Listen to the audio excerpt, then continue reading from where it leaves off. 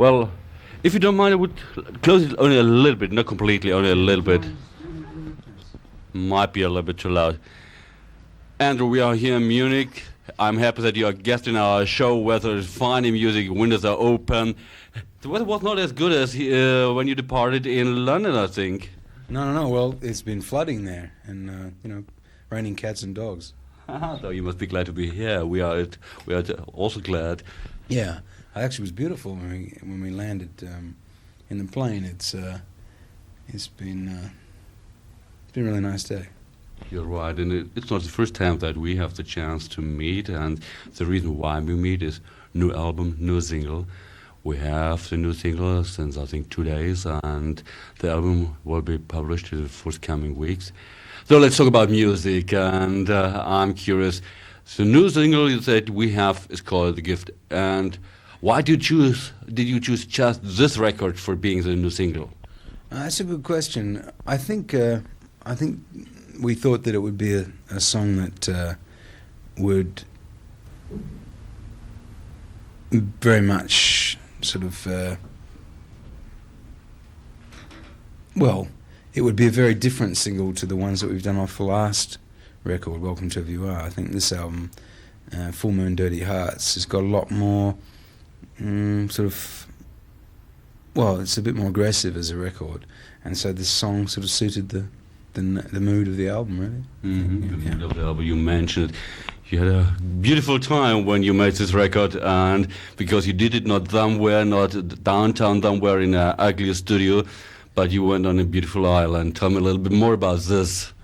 Well, exactly. We had been always working in a fairly industrial sort of. So we've always recorded in that kind of sort of very clinical studio environment. We thought to ourselves, well, we've done enough of that for a while. Why don't we go and record somewhere where it's the atmosphere of the place as much as it is a recording studio, and also gave us a chance to really just work together in one environment without any distractions. I mean,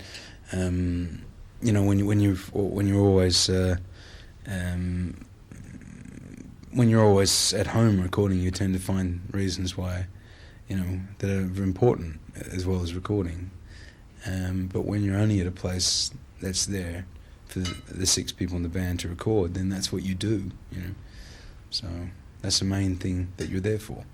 I smile a little bit because I could imagine if I, for example, am somewhere in a beautiful place and have to work also, and I have talked with other bands also about this aspect.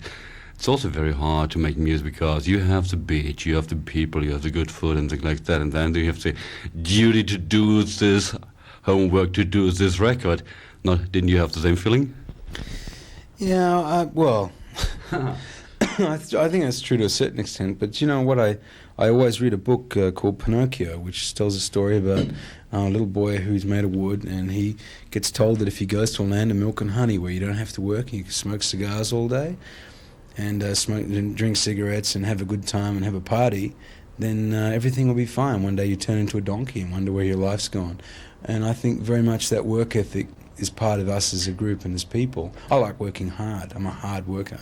I'll always work hard all my life, and I'm a working class person, and I like to work hard. It makes me feel good. It helps me be a better musician, helps me be a better person, it helps me be a useful person, and I think most of the band are like that too. That's the reason that in some ways I think we're still together as a unit, and I think we mean something to people, hopefully. Musically is the fact that we put a lot of work into it. If we went in with any other vision in a studio, I don't think it would turn out as good.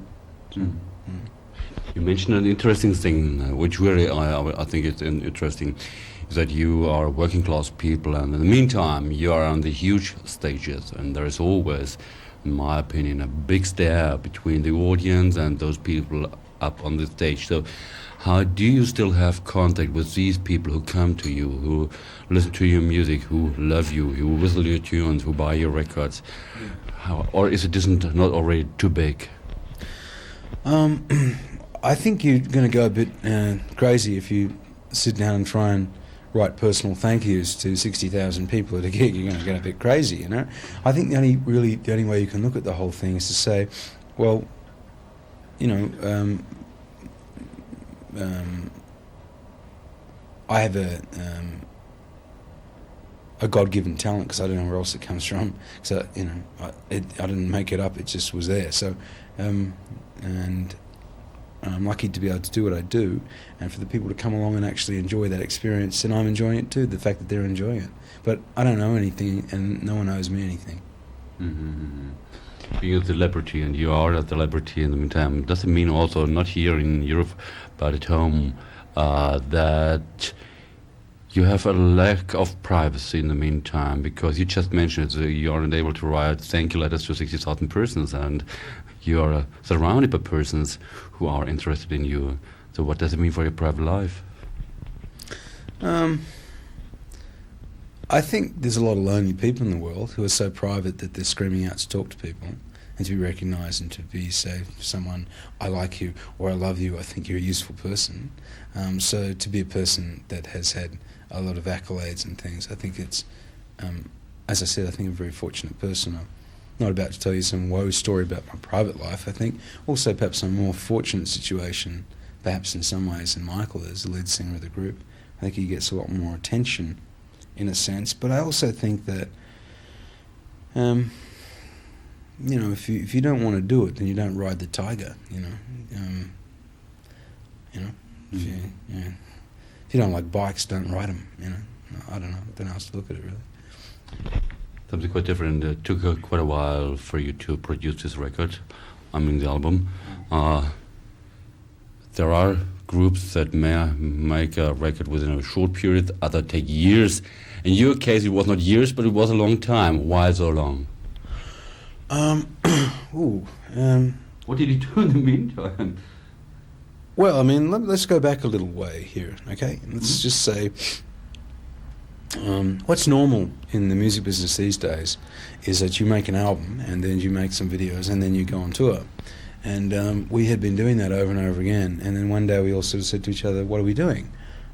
Because, you know, we're making, you know, more time on our records, we're doing bigger and bigger tours, you know, and what for? I mean, you know. So we sort of looked at ourselves a bit harder and talked about what we really wanted to do, you know. And so we did a small tour recently, a club tour, like pubs, or Australian pubs, which are sort of where we come, their school of playing that we came out of. Well, we weren't discovered by some A&R man from a record company who came in one day and saw us playing and said, gee, these guys are great, I'm going to make $1 million for these guys. It wasn't like that with us. We actually played live to small groups of drunk people in some difficult circumstances, and we did that for a long time. And then one day, someone from a record company woke up to the fact that we were actually drawing more people to our concerts than people who had successful records, simply for the fact that we were a very good live band, and that's what we did. We weren't a modern day sort of recording artist, I don't think. It's taken us years to actually become recording artists. I don't think we ever really were. And what I'm saying is we decided to have a look at where we were going, what we were doing. We are a great live act, but we wanted to improve our recording skills. So we stopped about 2 or 3 years ago, and we started to actually say, let's make more records. We decided to make 2 records back to back. First one we did was Welcome to Wherever You Are. The second one is this one, Full Moon, Dirty Hearts. And that's where we're up to now. In the meantime, we decided to go back and do a tour like we used to do in the early days. And then I've had all sorts of people, friends and people in the entertainment business say, you're crazy, what are you doing this tour for? You should be making money. You should be playing lots of people. What are you, nuts? You know? And at the end of the day, you say, no, I'm doing it because I like it. I like doing it. I don't care if, you know, about all that, you know. And I think that the public in the end are not fools, and I think that they will see, in the end, I think we'll see some very big changes in the entertainment business in the next 10 or 20 years. I don't even know if there'll be people like us around anymore. You really think so? Well, what do you think? I mean, at the end of the Second World War, it was jazz music, wasn't it? And now you're talking to me because I play rock music. So what makes me think that in 10 or 20 years that I'm any different than those people? The most important thing is that you play good music. All the rest of it is just peripheral, you know. that's what'll last in the end, you know. So, cut a long story short, I think that is why we have taken more of an opportunity to become recording artists, but in a very measured way, not in a naive way this time. We're actually recording music and thinking very carefully about how it will last, you know, not just, oh, quick, get this out, because it's like, you know, popcorn or, you know, something to dance to when I'm drunk, you know. It's like, this is something that I want to mean something, you know. Permanently. There is this famous American DJ who is not making program anymore. You know his name, of course, Casey Kasem, and he was also producing a series worldwide with International Hit Parade, and he had one sentence that was always, keep your feet on the ground, but stay reaching for the stars. And when I hear you talking, I could say, well, you do what he did. And also music-wise, I think, because if I listen to your new album, you do not reach for stars, you reach for good music, and you make kind of a music that is not exaggerated, but fantastic, in my opinion. So is it intention to say, well, we stick to that, what we did, or is it just what you are? I think this record has some of everything of what you just said. I think the main thing is Michael in particular is a lot of the driving force behind this particular record. In his attitude, he wanted to confront himself and all of us very much to force us to you know, after many years of being in a band, to look at why we were doing what we were doing, which is good that he's done that, I think. But on the other hand, someone actually had to make the music, which is where I came in.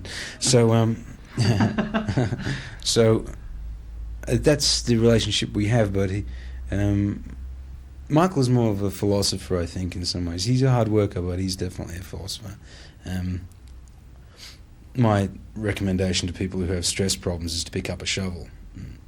Good idea. I hope many people listen now. Because when you dig so many ditches, suddenly all that stress doesn't seem so hard.